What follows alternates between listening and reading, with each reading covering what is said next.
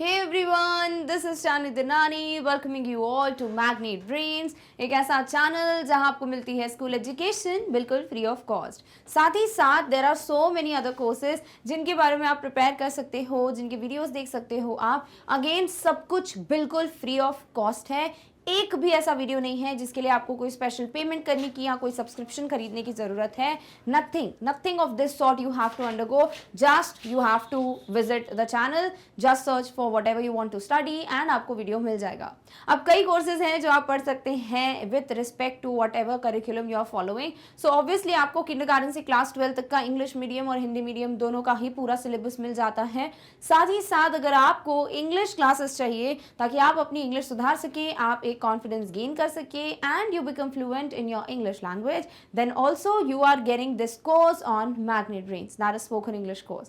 In addition to this, अगर आपको NTSC, olympiad या कोई भी competitive exam जैसे कि IIT JEE, NEET, SSC, bank, RRB या UPSC या अदर सच एग्जाम्स के बारे में प्रिपेयर करना है, कुछ भी जानना है या यू वांट टू नो कि भाई ये कैसे करना है प्रिपरेशन, हर एक चीज़ के बारे में वीडियो आपको मिल जाएगा ऑन द चैनल। अब ये इतनी सारी चीज़ें कि कहाँ ढूंढोगे, कहाँ पर देखोगे वीडियो, राइट? तो ये सब आपकी सुविधा के लिए एक जगह पे प्रॉपरली अरेंज कर कर एक ही ऑर्डर में आपको प्रोवाइड कर दिए जाते हैं on magnet brains website which is magnetbrains.com। तो आपको करना क्या है भाई, बस गूगल पे जाके लिख देना है magnetbrains.com, वेबसाइट ओपन करनी है, वहाँ जाके जो भी कोर्सेज हैं उसमें से जो भी कोर्स आप पढ़ना चाहते हैं उसको क्लिक कर दीजिए। उसके बाद आप क्लास सेलेक्ट कीजिए, सब्जेक्ट सेलेक्ट कीजिए, टॉपिक पे क्लिक कीजिए and you will get the video. और उसी तरीके से आप जितने भी सब्जेक्ट्स के बारे में जानना चाहते हैं सबके वीडियोस आप आसानी से देख सकते हैं। डन, चलिए। बट फिलहाल के लिए हम बात कर सकते हैं आज के टॉपिक की। तो आप देख सकते हैं कि हम टेस्ट पेपर सीरीज में एक और टेस्ट पेपर सॉल्व करेंगे। तो आप किसी भी क्लास को बिलोंग करते हो, आपके एग्जाम प्रिपरेशन के लिए या फिर आपको बहुत बढ़िया तरीके से स्ट्रॉन्ग बनाने के लिए इन अ पर्टिकुलर टॉपिक आपको प्रोवाइड किए जाते हैं test papers on our channel, जिसे सॉल्व कर कर आपको आइडिया लग जाता है कि आप कौन से टॉपिक को कितना समझ पाए हो। और इसी तरीके से आज की सीरीज में जो हमारा टेस्ट पेपर होगा वो होगा इंटरनेशनल इंग्लिश ओलंपियाड में नाउन्स एंड प्रोनाउंस टॉपिक पे बेस्ड एक टेस्ट पेपर। नाउ हम इस पर्टिकुलर टेस्ट पेपर की तैयारी कब से करते आ रहे हैं, हमने इंट्रोडक्शन वीडियो देखा ताकि हम इस टॉपिक को बहुत अच्छे से समझ सकें। हमने इसी पे बेस्ड बिगनर लेवल के, इंटरमीडिएट लेवल के, अचीवर सेक्शन के क्वेश्चन सॉल्व किए ताकि आपको जो भी एग्जिस्टिंग वेराइटीज़ हैं ऑन दिस टॉपिक वो सब मिल जाएं।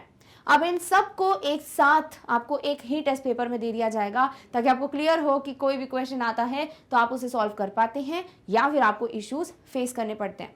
सो ये सब चीज़ें एनालिसिस वगैरह सब आई होप आपने कर लिया है। तो चलिए स्टार्ट करते हैं with the solution of this particular test paper. सबसे पहली चीज़ आपको मैं यहाँ पर 4 से 5 वेराइटीज़ दूंगी, ठीक है, और उस पर बेस्ड आपको 5 से 10 क्वेश्चंस मिलते जाएंगे। इन टोटल हम 30 क्वेश्चन सॉल्व करेंगे and you will get the right idea of how nouns and pronouns are asked in your exams. पहली variety, fill in the blanks और replace the underlined words with the most appropriate option.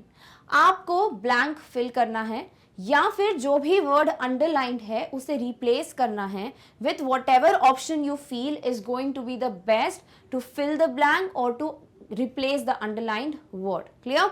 तो हम यहाँ पर ऐसे mix वाले questions करेंगे। Underlined word कोई भी हो, आपको बस ऑप्शन में से प्लेस करके रखना है कि कौन सा वाला ऑप्शन सही रहेगा। और फिलिंग द ब्लैंक्स तो आपको पता ही है, यही करते आ रहे हैं हम। तो चलिए पहला क्वेश्चन देखते हैं। My blank are better than your blank. My aunt's cooking skills and mom's cooking skills. अच्छा ठीक है, दो चीज़ें जो हमको ध्यान में रखनी है। एक है आपके पास आंट्स कुकिंग स्किल्स, यानी कि जो मेरी आंटी के खाने बनाने की स्किल्स हैं, ठीक है ना, किसके? माय, ठीक है। और दूसरी की बात हो रही है योर मॉम्स, यानी उसकी मम्मी की कुकिंग स्किल्स।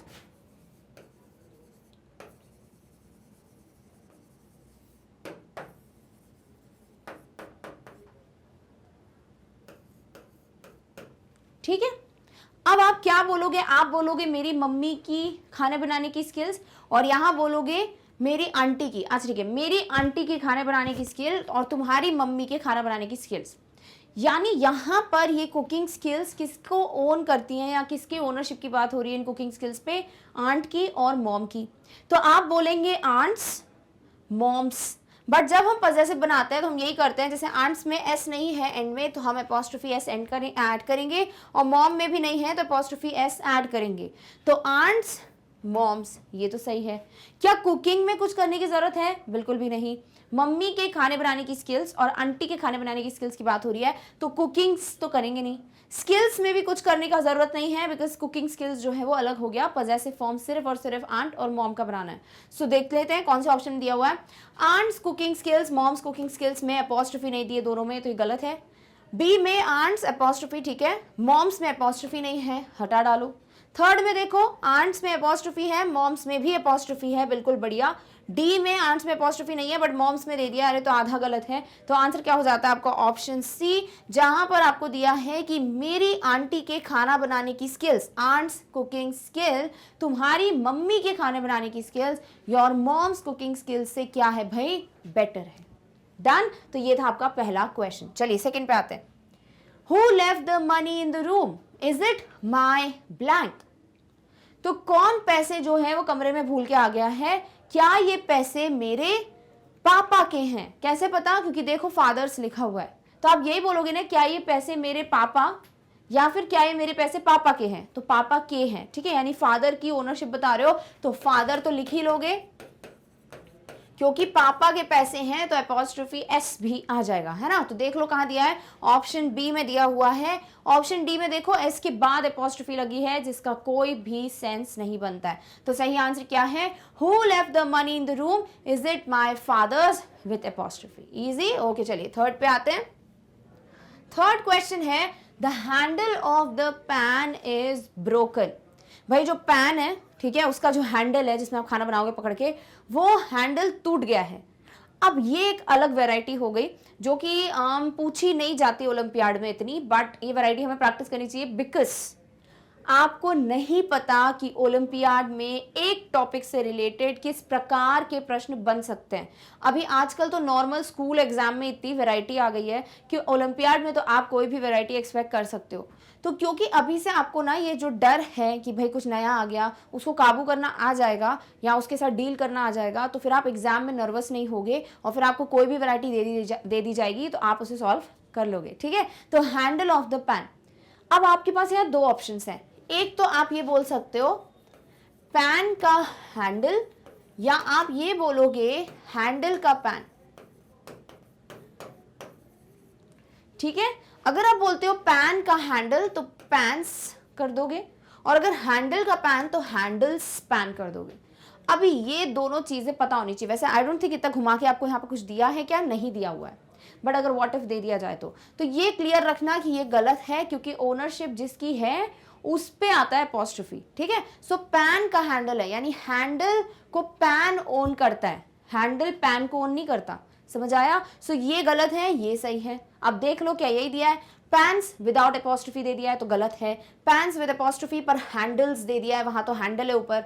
ऑप्शन सी में पैंस हैंडल, हाँ ठीक है, ऐसा नहीं है, और पैंस पता नहीं क्या बना दिया है, what ever, I don't know. तो आंसर क्या हो जाएगा, ऑप्शन सी, पैन का हैंडल, तो पैंस हैंडल इज ब्रोकन। तो ये होता है शॉर्ट बनाना। जैसे आप कोई भी बोल दो, जैसे the door of the car is closed, आप बोल सकते हो the cars door is closed. समझ आया? तो कितना अच्छा लग रहा है अलग वाला। तो ये भी एक तरीका होता है जो आप छोटा करने के लिए सेंटेंस को यूज करते हैं, या फिर आपको इस तरीके के पजेसिव फॉर्म बनाने के लिए क्वेश्चन पूछा जा सकता है। डन। ओके चलिए फोर्थ पे आए।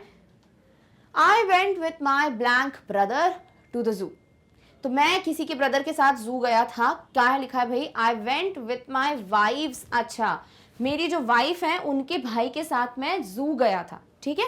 सो I went with my wife's, ये क्या होता है वाइफ्स, WIEVS, ठीक है ना। वाइफ्स, अभी ये भी गलत है क्योंकि हम प्लूरल बनाते तो VES ऐड करते हैं, तो ये भी गलत हो गया बी। ऑप्शन सी वाइफ्स, यानी वाइफ एपोस्ट्रोफी एस, मेरी बीवी के भाई, ठीक है। और वाइफ्स एस के बाद एपोस्ट्रोफी, तो भाई एक्चुअल वाइफ्स एस वाला होता ही नहीं है ऐसे, वो तो क्या हो जाता है WIVES, राइट, प्लूरल फॉर्म। तो आंसर क्या हो जाएगा, ऑप्शन सी WIFE वाइफ, और वाइफ के भाई हैं तो वाइफ्स एपोस्ट्रोफी एस। इजी हो गया। चलिए मूव करते हैं to the fifth question. The cries of the गीस इज ऑडिबल। भाई जो गीस है, गूस आपने सुना होगा, ठीक है। तो जो गीस है उसके रोने की या क्राइज आवाजें जो हैं वो सुनाई दे रही हैं, ऑडिबल हैं। तो आपके पास यहाँ पर क्या दिया हुआ है, गीस के रोने की आवाज। तो आप क्या लिखोगे, गीस क्राइज, है ना, क्योंकि गीस की क्राइज है तो एपोस्ट्रोफी एस, राइट। अब देख लो यहाँ पे कहाँ दिया हुआ है, सो गीस क्राइज ऑप्शन ए में दिया हुआ है, गीस क्राइज नॉर्मल दे दिया है, ऑप्शन सी में एस के बाद एस है ही नहीं उसमें, तो काय को लगा दिया एस के बाद एपोस्ट्रोफी, और ऑप्शन डी में गूसेस कर दिया। भाई वहां गीस की बात हो रही है, आप गूस को उठा के लिया है तो वो गलत है। सो आंसर क्या हो जाएगा आपका, आंसर हो जाएगा option A, geese's cries. Easy, okay चलिए 6th पे आते हैं, फिल इन द ब्लैंक्स। अब आपकी एक वैरायटी खत्म, जहां आपको या तो फिल करना था या फिर अंडरलाइन वर्ड को रिप्लेस करना था। अब आएंगे हम बी पे, जहां आपको कलेक्टिव नाउन से रिलेटेड क्वेश्चंस मिलेंगे। The two countries are separated by a blank of mountains. भाई दो जो देश हैं, कंट्रीज हैं, उन्हें पहाड़ों ब्लैंक ऑफ माउंटेन से क्या किया हुआ है, सेपरेट किया हुआ है। अभी माउंटेन्स के लिए हम ऑलरेडी पढ़ चुके हैं कलेक्टिव नाउन, देखते हैं वही दिया हुआ है या और कुछ दिया हुआ है। Range of mountains, team of mountains, groove of mountains, bunch of mountains. भाई बंच तो होगा नहीं, गुच्छा माउंटेन्स का। ग्रूव हम ट्रीज के लिए पढ़ चुके हैं।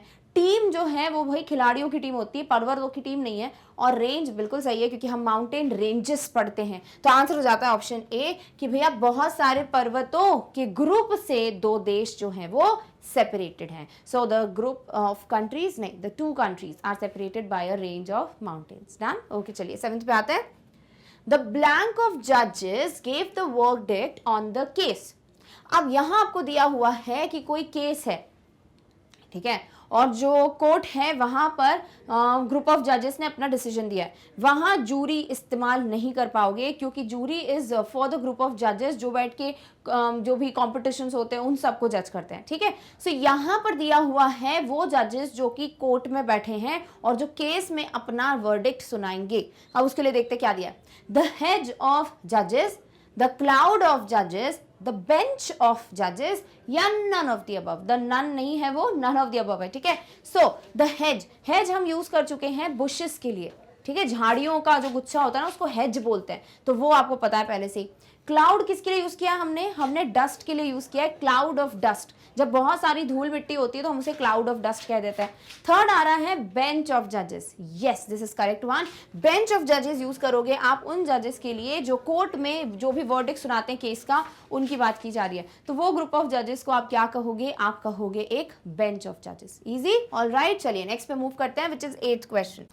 8th कह रहा है she was horrified after noticing a blank of sharks.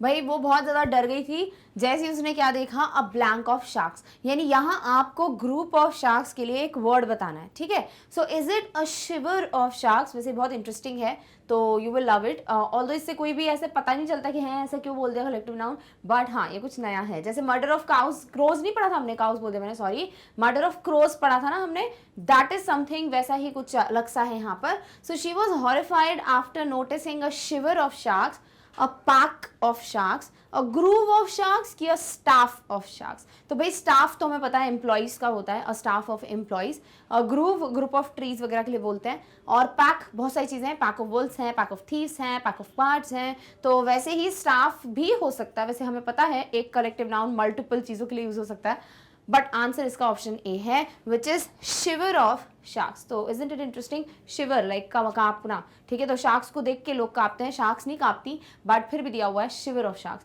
तो वो डर गई जैसे उसने ग्रुप ऑफ शार्क्स देखी। डन, ओके चलिए 9th पे आते हैं। He cautioned that the object could have been a blank of birds. भाई उसने देखा और उसने बोला कि शायद हो सकता है कि ये बहुत सारे पक्षियों का झुंड हो, ठीक है। तो क्या बोलेंगे उसको, ग्रुप ऑफ वो बर्ड्स बोलोगे, फ्लॉक ऑफ बर्ड्स बोलोगे, आर्मी ऑफ बर्ड्स की बंच ऑफ बर्ड्स। तो भाई बंच तो गुच्छे वगैरह के लिए यूज किया जाता है, जैसे कीज वगैरह के लिए यूज करते हैं।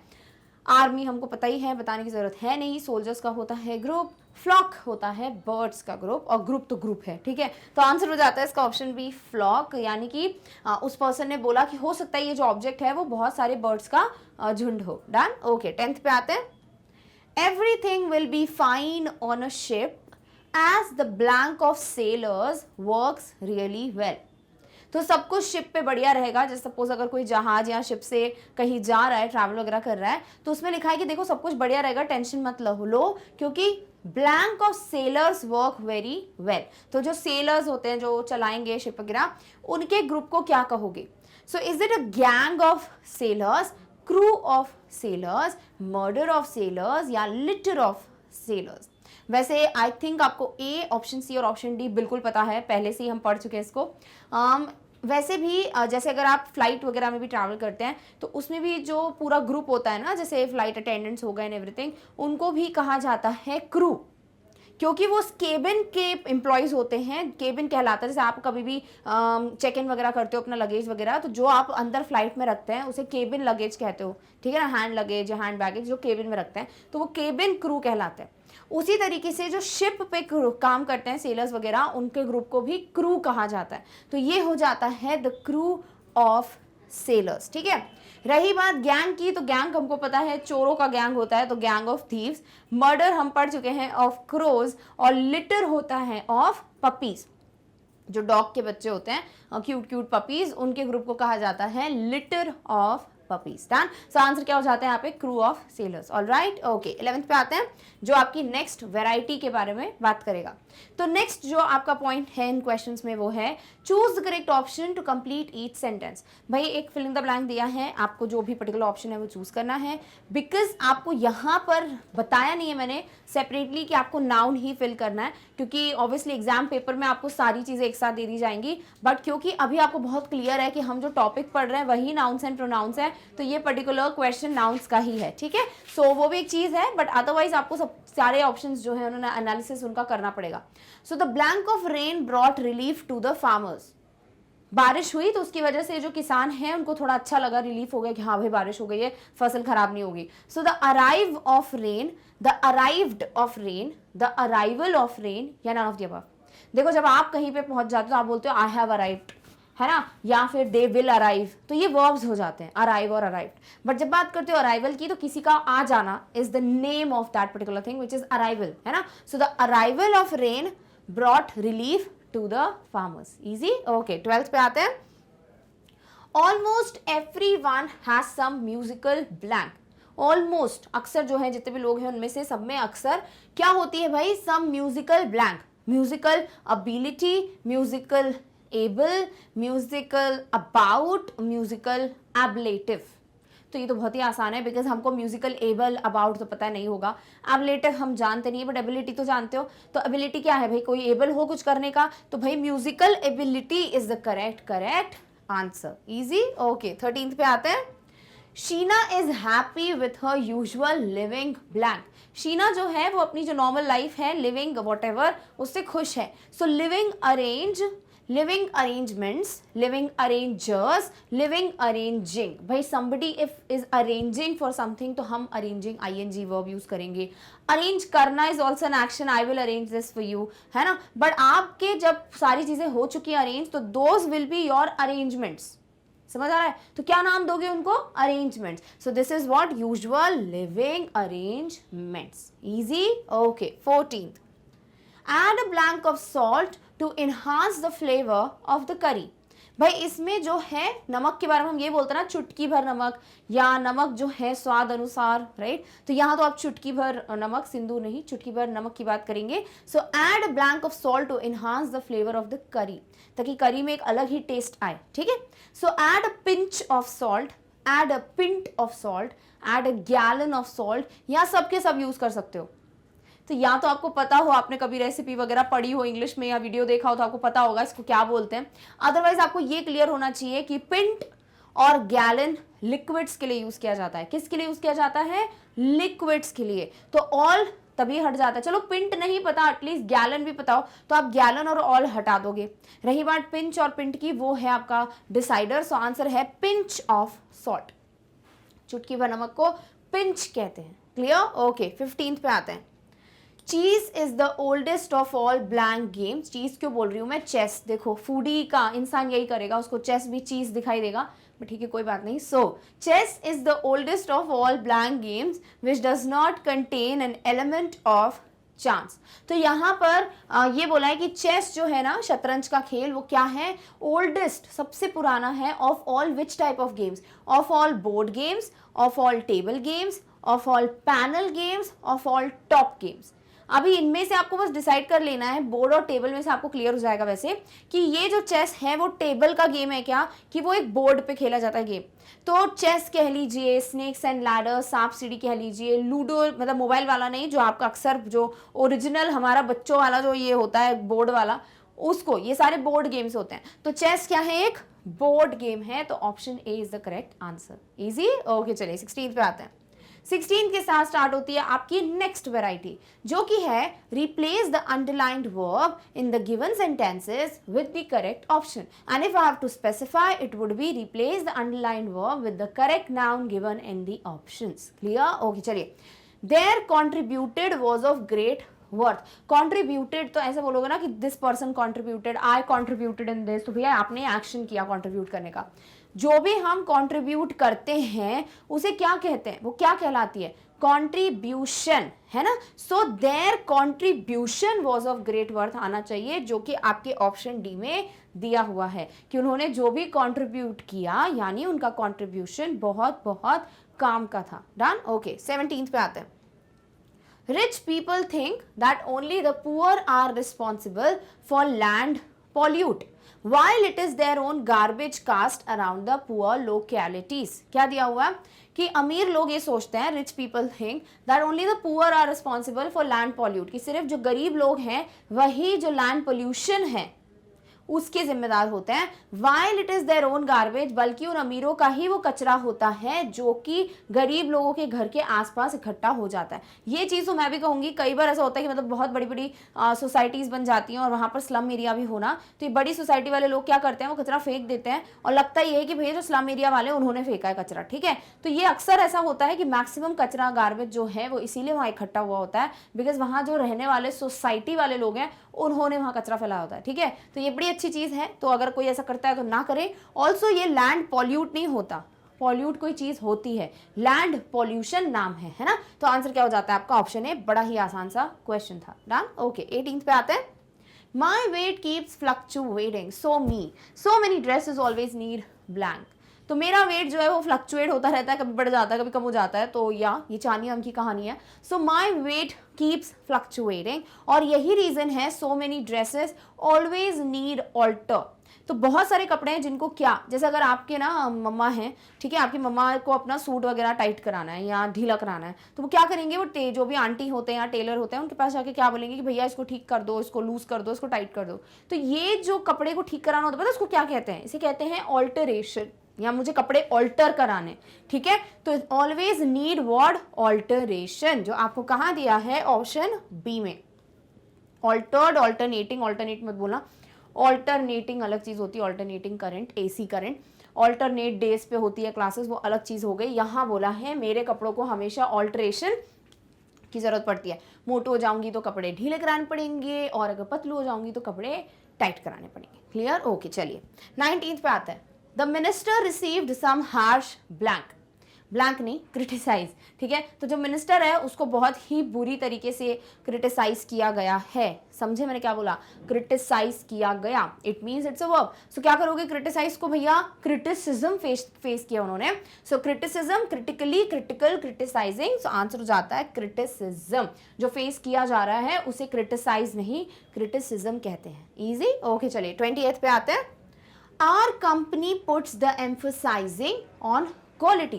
भाई हमारी कंपनी, ये मैग्नेट ब्रेन्स की बात कर लेना चाहिए कि मैग्नेट ब्रेन्स जो है वो हमेशा क्वालिटी पे ही स्ट्रेस करता है कि भैया फ्री एजुकेशन है बट उसके साथ साथ टॉप मोस्ट 100% क्वालिटी भी होनी चाहिए, right. So our company puts the blank on quality, emphasis, emphasization, emphasized, none of the above, तो emphasis डालना होता है। So our company puts the emphasis on quality. Done? Okay 21 पे आते हैं। Now you have the last and the final category, और इसी पे 10 प्रश्न हम करेंगे, ठीक है। So complete the sentences with the suitable option. It can have a collective noun, a pronoun और a noun, कुछ भी आ सकता है इसमें। So I was critical when blank was young. भाई मैं बहुत ज़्यादा क्रिटिकल थी, यानी मैं बहुत ज़्यादा बीमार थी, सीरियस कंडीशन में थी जब मैं छोटी थी, है ना। तो यही बोलोगे। तो क्योंकि यहाँ वॉज यंग बोला है तो यहाँ एक वर्ब दिया हुआ है, एंड बिकॉज यहाँ वर्ब दिया है तो आप यहाँ सब्जेक्ट ही यूज करोगे। अब क्योंकि सारे ऑप्शंस प्रोनाउन हैं तो आप सब्जेक्टिव प्रोनाउन का इस्तेमाल करोगे। देख लो कौन सा सब्जेक्टिव प्रोनाउन है। मी ऑब्जेक्टिव है, माइन पजेसिव है, माई सेल्फ रिफ्लेक्सिव है, आई सब्जेक्टिव है। तो क्या बोलेंगे, व्हेन आई वॉज यंग। तो यहां पर भटकना नहीं है क्या सोचकर कि क्योंकि ऑलरेडी एक सब्जेक्ट दिया है आई वॉज क्रिटिकल तो इत्थे तो भैया ऑब्जेक्टिव ही आएगा, ऐसा कुछ नहीं है। You will have to place a subjective pronoun because यहां पर ये वर्ब वाला है, तो दिस इज समथिंग जो एज अ होल ही पूरा बन जाएगा। I was young, I was critical, जिसको जोड़ दिया है व्हेन से, तो सॉर्ट ऑफ वैसा बना दिया है। डन, ओके चलिए 22 आते हैं। A group of natives is called, भाई जब कहीं के रहने वाले लोग होते हैं ना, लोकल्स कहते हो जैसे, तो वहाँ के लोग ग्रुप को क्या कहते हैं। जैसे सपोज अगर कोई गांव है, वहाँ की एक अलग जाति है, कहते हैं ना जाति कहते हैं ना, वैसे ही वहाँ के अलग दूसरा गांव है, दूसरे लोग हैं, तो वो जो ग्रुप है उसको कहते क्या है। So group of natives is called hand, group of natives is called tribe, group of natives is called cloud, की group of natives is called battery. So battery तो होगा नहीं, क्लाउड भी पढ़ चुके हैं, और हैंड और ट्राइब में से डिसाइड करना तो बड़ा आसान है। ये ट्राइब कहते हैं, तभी हम कह रहे हैं ना कि भैया ये ट्राइब का ये डांस बहुत फेमस है, इस ट्राइब का ये खाना बड़ा फेमस है, या ये ट्राइबल डांस है, etcetera etcetera. So group of natives is called tribe. Done, okay 23 पे आते हैं। Many people live in blank through no fault of their own, बहुत सारे लोग इस चीज में रहते हैं भले उनकी गलती हो या ना हो। So many people live in poverty, many people live in poor, many people live in both poverty and poor, none of the above. देखो गरीब होता है कोई तो उससे पुअर कहते हैं, कोई गरीबी में रहता है उसे पॉवर्टी कहते हैं, समझ आ रहा है। तो कोई पर्सन पुअर होता है और वो पर्सन रह पॉवर्टी में रहा होता है, तो ये जो लिव इन बोला है, लिव इन पुअर नहीं कह सकते, लिव इन पॉवर्टी कह सकते हैं। तो आंसर हो जाता है आपका option A. Done, okay 24। This is the animal blank we saw last time, अरे ये वही जानवर है जिसे हमने पिछली बार देखा था। ठीक है, तो क्या लिखोगे इधर, जिसे हमने पिछली बार देखा था। अब देखते हैं एनिमल के लिए क्या दिया। That we saw last time, who we saw last time, whom we saw last time, या what we saw last time. तो व्हाट तो बोलोगे नहीं, है ना, हुज भी नहीं बोल सकते किसका देखा हमने, और हु भी नहीं बोल सकते बिकॉज ये पर्सन नहीं है। क्या बचता है, दैट बचता है, जो हम एनिमल के लिए यूज कर सकते हैं। So this is the animal that we saw last time. Easy, okay 25 पे आते हैं। It is blank who has to change, भाई किसको चेंज करना है। It is my who has to change, it is mine who has to change, it is you who has to change, it is myself who has to change. भाई my self तब होता जब आप बोलते हैं कि भैया आई की बात कर रहे हो। माइन और माई भी नहीं बोल सकते यहाँ पर, क्योंकि ना तो मैं बोल रही हूँ माइन समबडी या माई ब्रदर सिस्टर, कुछ भी नहीं बोल रहे हैं। सो आंसर हो जाता है यू, क्योंकि हम यहाँ पर किसी सेकेंड पर्सन को बोल रहे हैं कि भाई according to me it is you who has to change, तो you is the correct answer. मतलब ऐसे करियो तो ऐसा मतलब ये नहीं कि मैं आपको बोल रही हूँ, इट्स जस्ट दैट ये सेकंड पर्सन की बात हो रही है इसलिए बताया। डन, ओके चलो 26 पे आता है। Look at the wall, okay blank paint is flaking, यानी कि वॉल पे देखो, दीवार पे देखो, पूरी जो वॉल पे देखना है, मैं सीलिंग देख रही हूँ, ठीक है कोई नहीं, यहाँ पे भी वॉल है, तो जो भी वॉल है वो देखो, उस पे जो पेंट है वो क्या हो रहा है, वो निकल रहा है। ठीक है, so look at the wall, her paint is flaking, himself paint is flaking, his paint is flaking, its paint is flaking. भैया आपको ऐसा लगता है कि जो दीवारें हैं वो लड़कियां हैं या लड़के हैं, डोंट बी लाइक हाँ इनके कान होते हैं, मतलब ये सुनते हैं ना और बातें, तो लड़कियां बना दो, ऐसा कुछ नहीं है। तो ये जो दीवारें हैं वो लड़का लड़की कुछ नहीं बोलोगे, इसको थिंग बोलोगे तो इट बोलोगे, और क्योंकि ये जो पेंट है वो इस वॉल की निकल रही है, यानी कि यहाँ ओनरशिप की बात हो रही है, तो आप इट्स का इस्तेमाल कर सकते हो। तो क्या लिखेंगे आप, it's paint is flaking. Done, okay 27। Which of the following is not correct, इनमें से क्या है जो सही नहीं है। अ बिवाय ऑफ लेडीज, अच्छा कलेक्टिव नाउन है, ठीक है। A bevy of ladies, an agenda of task, an archipelago of islands, a dynasty of mosquitoes. तो भाई ये तो सही है, बिवाय ऑफ लेडीज नया है, कुछ लिख लीजिए लिस्ट में। जब आप बहुत सारे काम करते हो तो आपको ऐसा होता है ना कि आज का मेरा एजेंडा ये है, आप एजेंडा में क्या लिखते हो कि भाई क्या क्या काम करना है। सो टास्क जो होते हैं ना बहुत सारे, उसको एक साथ एजेंडा बोलते हैं। आइलैंड्स के ग्रुप को आर्किपेलागो ही कहा जाता है, सो ये बिल्कुल सही है, ठीक है। जैसे माउंटेन का रेंजेस है वैसे आइलैंड्स का दिया हुआ है। और डायनेस्टी ऑफ मॉस्किटोज, भैया डायनेस्टी किंग्स की होती है, ठीक है, राजा महाराजाओं की डायनेस्टी होती है। तो मॉस्किटोज मच्छरों के ग्रुप को क्या कहा जाता है, भैया इसके लिए यूज किया जाता है स्काउज ऑफ मॉस्किटोज, ठीक है। तो आप दोनों में से कुछ भी लिख देते तो वो सही हो जाता, बट ये गलत है, तो option D is the one which is not correct. Done, okay चलिए 28 पे आते हैं। I called blank to join blank for the seminar, मैंने किसी को बुलाया ताकि वो जिसको भी ये ज्वाइन करके सेमिनार के लिए चले. सो आई कॉल्ड अस, मैंने हम सबको कॉल किया, टू ज्वाइन यू, ताकि हम तुम्हें ज्वाइन कर सके for the seminar. Okay. I called me, मैंने खुद को कॉल, खुद को कौन कॉल करता है, तो ये तो गलत है बिल्कुल. आई कॉल्ड यू, मैंने तुम्हें कॉल किया, to join us for the seminar, ताकि तुम हमें ज्वाइन कर सको for the seminar. I called us, मैंने हम सबको फोन किया, टू ज्वाइन अस, ताकि हम अपने आप को ज्वाइन कर सके. तो ऑप्शन बी और ऑप्शन डी तो बड़े वियर्ड है. ए और सी में से अगर आपको चूज करना हो तो बेटर क्या होगा कि मैंने तुम्हें फोन किया ताकि तुम हमें ज्वाइन कर सको, या मैंने खुद को फोन, हम लोगों को फोन किया ताकि हम तुम्हें ज्वाइन कर सके. तो हम लोगों को कोई फोन क्यों करेंगे, हम तुम्हें फोन करेंगे ना कि भाई हमको ज्वाइन कर लो. तो ये बेटर है, I called you to join us. Done. Okay चलिए 29th. The blank of items gives a full description of each product. भाई कोई तो कलेक्टिव नाउन है जो आइटम्स वगैरह के लिए यूज किया जाता है, जिससे आपको एक प्रोडक्ट का पूरा डिस्क्रिप्शन मिल जाता है. So the catalogue of items gives a full description, the army of items, the hall या द गैलेक्सी. तो भाई आपको ये तो पता होगा ना कि जब आप किसी बुटीक पे जाते हो या फिर आप ऐसी शॉप पे जाते हो जहाँ पे बढ़िया कपड़ों का कलेक्शन होता है, बट एक ड्रेस का ना एक ही पीस होता है, जो अंकल लोग कहते हैं ना, मैडम ये बुटीक पीस है, इसके कलर नहीं है, और फिर हमको ऐसा लगता है हाँ यार बुटीक पीस है तो महंगा है तो चलेगा. ऐसा कुछ होता नहीं है, एक पीस आता है क्योंकि वैसा ही बना हुआ है भाई. ठीक है. तो अब उसका ना कोई बुकलेट दिखा देते हैं जिसमें एक आंटी जो है बढ़िया कपड़े से वो पहनी हुई होती है और आपको दिख जाता है कि हाँ भाई ये सूट ऐसा दिखेगा पहनने पे, जो बिल्कुल नहीं दिखता. तो वो जो है वो कैटलॉग कहलाता है. राइट. तो ऐसे ही ऐसे चीज़ों का भी कैटलॉग होता है जिसमें पूरा डिस्क्रिप्शन होता है उस प्रोडक्ट का. तो क्या कहोगे उसे, द कैटलॉग ऑफ आइटम्स. तो जब आसपास में कोई शब्द सुनते हो ना, मेक श्योर कि आप उस पर रिसर्च करो, क्योंकि कई बार आपकी जो लैंग्वेज पे कमांड है वो ऐसे ही बढ़ता है जब आप अपना जनरली कुछ भी देखते हो, कहीं वर्ड दिख जाता है आपको, किसी की शॉप का नाम कुछ इंग्लिश में अजीब सा होता है, अगर आप वो सर्च कर लेते हो ना, आपकी कई वोकैबुलरी के वर्ड्स तो ऐसे ही आपको मिल जाते हैं. डन. ओके चलिए अब आएंगे हम आज के वीडियो के आखिरी क्वेश्चन पे. The blank of rubbish has led to a lot of mosquitoes. भाई बहुत सारा कचरा है और उस वजह से बड़े मच्छर हो गए. ठीक है. सो द ब्लैंक ऑफ रबिश, तो बहुत सारा कचरा हो जाता है तो उसके लिए एक वर्ड क्या होता है, द गैलेक्सी ऑफ रबिश. भैया गैलेक्सी तो सितारों तारों की होती है, स्टार्स की होती है, किधर कचरे में ले आए. द फ्लाइट ऑफ रबिश, देखो फ्लाइट यूज किया जाता है स्टेयर्स के लिए. ठीक है, ये पता होना चाहिए बिकॉज कई बार लिटरेचर के चैप्टर्स वगैरह में दिया जाता है. हेज तो हमें पता है, बुशेस कई बार पढ़ चुके हैं. हीप ऑफ रबिश, बिल्कुल सही है. हीप मतलब ये पूरा जो कचरे का ढेर है ना, आप उसको हीप कह सकते हो. सो आंसर क्या हो जाता है, option D, the heap of rubbish has led to what, a lot of mosquitoes, so we should get it cleared. Done? Okay चलिए. So इस तरीके से हमारे 30 questions are done and I hope आपको nouns and pronouns बहुत अच्छे से clear हो गया है and you were able to enjoy these questions. And with this we are done with this topic. Although if you have any queries, I don't think so you should, but if in case आपको कोई भी doubt है, please make sure to mention it in the comment section down below so that मैं उसे पढ़कर आपको या तो वहीं पर रिप्लाई दे दूँ या फिर आपको जो भी आने वाले वीडियोस हैं उसमें क्लियर कर दूँ कि भैया इस क्वेश्चन का ये आंसर है. So with this we are done with these 30 questions. I hope you enjoyed the test paper and also make sure you solve as many questions as you can और इन्हीं varieties पे करो so that you get a kind of a lot of questions. And collective noun की जो list है please make sure आप बहुत सारे पढ़ें ताकि आपको कोई भी क्वेश्चन आए तो आप कंफ्यूज ना हो पाए. डन. ओके चलिए.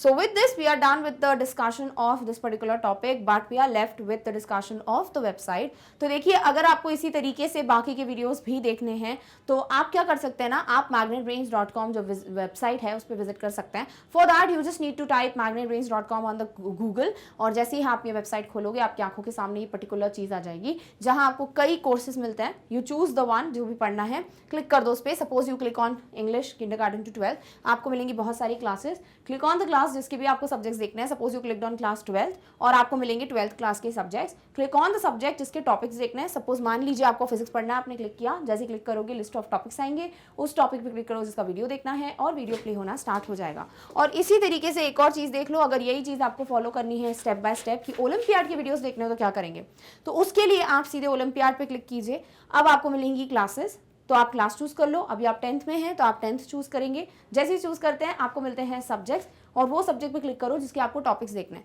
सपोज आपको देखना है 10th IEO, क्लिक कर दीजिए, आपको मिलेंगे बहुत सारे टॉपिक्स. टॉपिक पे क्लिक करो, जैसे सिलेबस ओवरव्यू और प्ले होने लगेगा उसका वीडियो. सो इतना आसान होता है जो भी टॉपिक्स हैं वहां तक पहुंचना. जस्ट आपको करना होता है click click and this is how it becomes very easy for you to get to the topics. Also यही चीज़ आपको बाकी के कोर्सेज में भी फॉलो करनी है। तो मेक श्योर आप एक बार बैठ के सारे कोर्सेज एक्सप्लोर कर लो, ताकि आपको क्लियर रहे कि भैया मुझे ये जो है वो मैग्नेट ब्रेन से बढ़िया तरीके से बैठकर पढ़ना है। डन? ओके, चलिए। So with this, we are done with the discussion of this topic, which is nouns and pronouns पे based 30 questions का test paper. I hope you are able to analyze all the questions. I hope you are able to understand what is the topic, noun and the pronouns. And with this, we are done with this particular video, but we will meet very soon in the next video with the next topic. Till then, take care of yourself. Thank you so much for watching. Bye.